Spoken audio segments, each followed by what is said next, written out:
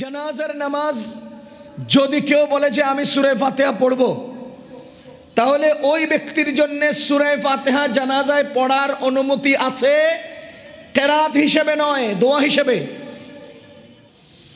এখন আমি আপনাদেরকে জিজ্ঞেস করতে চাই, জানাজা এটা কি নামাজ না দোয়া? জানাজা এটা কি নামাজ না দোয়া? নামাজ কারে কয়? নামাজ কাকে বলে?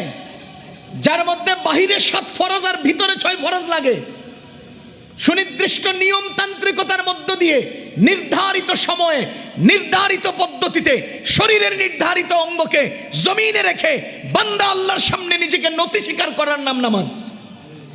সময় নির্ধারিত লাগবে, সময়। ফজরে জোহরের নামাজ হয় না, জোহরের টাইমে আসরের নামাজ হয় না, আসরের টাইমে মাগরিবের নামাজ হয় না।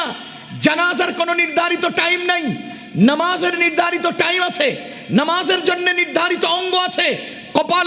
কপাল লাগাতে হবে, নাক লাগাতে হবে, হাত লাগাতে হবে, হাঁটু লাগাতে হবে, এরপরে সেজদা অবনত হতে হবে। এই মাধ্যমে নামাজ আদায় করতে হয়। জানাজার মধ্যে কপাল মাটিতে রাখার নিয়ম নাই। ও মুসলমান, আপনি পদ্ধতিগত ব্যবধানের মধ্যে আপনি নামাজকে নামাজ না রেখে জানাজাকে নামাজ বানাতে যাবেন কেন? জানাজাকে নামাজ বানাতে যাবেন কেন? সুতরাং প্রত্যেকটা আমলের আলাদা নিয়ম আছে ভাই। প্রত্যেকটা নামাজ আমলের আলাদা কি আছে? নিয়ম আছে। প্রত্যেকটা আমলের আলাদা নিয়ম আছে।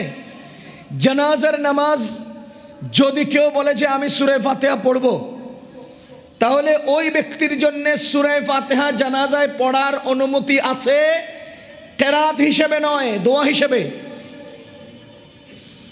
কেরাত হিসেবে নয়, দোয়া হিসেবে।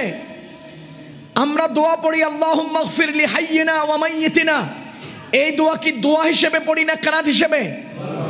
আমরা সানা পড়ি সুবহানাকাল্লাহুম্মা ওয়া বিহামদিকা জানাজায়, এটা কি আমরা কেরাত হিসেবে পড়ি না দোয়া হিসেবে?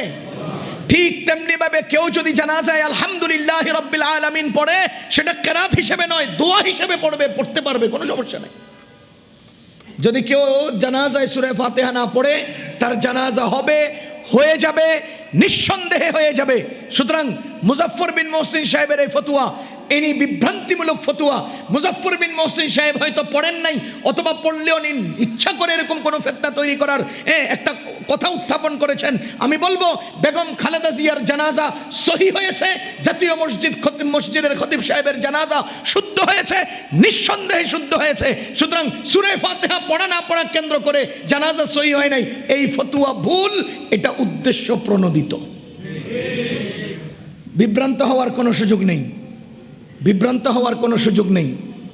সূরা ফাতিহা পড়া লাগবে কি না লাগবে, এগুলো মাসআলা নিয়ে আমরা আলোচনা কোনো এক সময় আরও বিস্তারিত করব ইনশাআল্লাহ। শুধু এটুকুন ইঙ্গিত দিচ্ছি, জানাজার নামাজে কেউ যদি সূরা ফাতিহা পড়তে চায়, দোয়া হিসেবে পড়তে পারবে। জানাজার নামাজে কোনো কেরাত নাই, জানাজার নামাজে কি নাই? কেরাত নাই। আর তাওয়াফেও কেরাত নাই। কেউ যদি তাওয়াফ করতে কেরাত পড়ে, সূরা ফাতিহা পড়ে, কোনো অসুবিধা আছে? আমাদের নবীজি বলেন আফদালুদ দুআ আলহামদুলিল্লাহ, সবচাইতে সেরা দোয়া হলো আলহামদুলিল্লাহি রাব্বিল আলামিন তথা সূরা ফাতিহা। সূরা ফাতিহার মতো সেরা কোনো দোয়া দুনিয়াতে আর নাই।